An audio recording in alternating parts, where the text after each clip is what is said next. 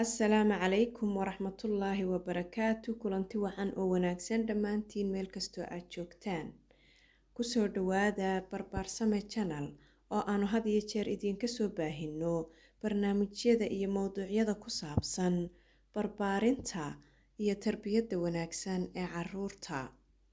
Haddaba, si loo helo carruur lagu dhaqi karo ama la tarbiyadayn karo oo lagu hagi karo tubta toosan, waa in marka hore aynu waxyaabo caafimaadkooda ka mida iyo koritaankooda ku saabsan iska saxno.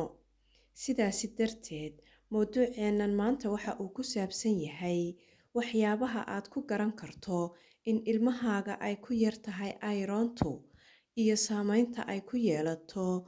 Waxa ka mid ah adiga oo ku arkaa ilmihii oo aan firfircoonayn, isla markaana aan waxba niyad u haynin, hadday tahay ciyaar, hadday tahay cunto iyo waxyaabaha la mida.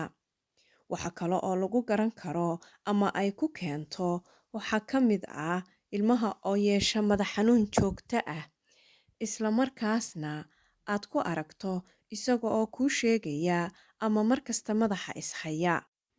Sababaha kale iyo saameynta kale ee ay ku yeelato ayaa waxaa ka mid ah iyada oo hurdadu ka xumaata, isla markaana hurdo yaraan lagu arko carruurta.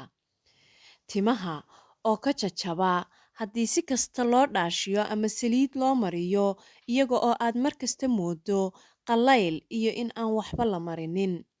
Waxa kale oo carruurta la soo darsa fahmada oo ka xumaata. Tusaale ahaan, haddii ay iskuul dhigtaan oo kale, ilmuhu uu ku fiicnaan jiray waxbarashada ama casharadiisa ama quraanka uu si fiican u qaybi jiray, waxaad ku arkaysaa isagii oo hoos u dhacday fahmadiisa. Arrimahan aynu soo sheegnay waxa ay khaasatan la soo darsaan carruurta ay macdanta jidhku ku yar tahay xilliyada qaboobaha. Taasi oo calaamadahan oo dhan si toosa looga arki karo. Haddaba, inkasta oo ay carruurtu cuntooyinka ay cunaan ka helaan mararka qaar macdanta birta ee loo yaqaano ayroonta, haddana kuma filna taasi ay cuntada ka helayaan. Dhakhaatiirtu waxa ay sheegeen in haddii ay macdanta birtu carruurta ku yaraato iyo dadka waaweynba, ay sida oo kale hoos u dhacdo maadada loo yaqaano hemoglobinta.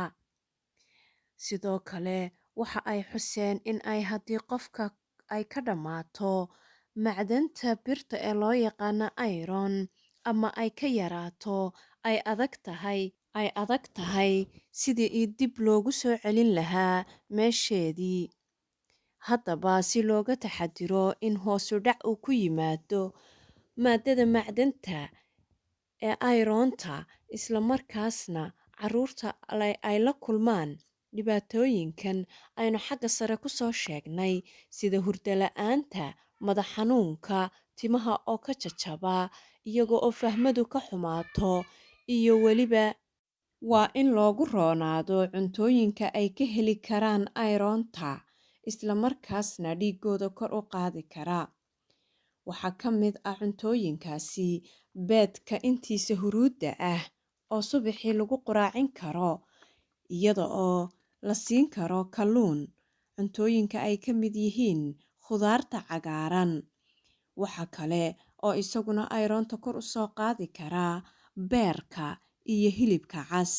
Waxa kale oo muhiim ah in la siiyo cabitaanada iyo cuntooyinka ay ku badan tahay maadada loo yaqaano vitamin C, taasi oo iyaduna ka caawin karta in ayroontooda macdanta birta ah af Soomaali loo yaqaano ay kor u soo kacdo.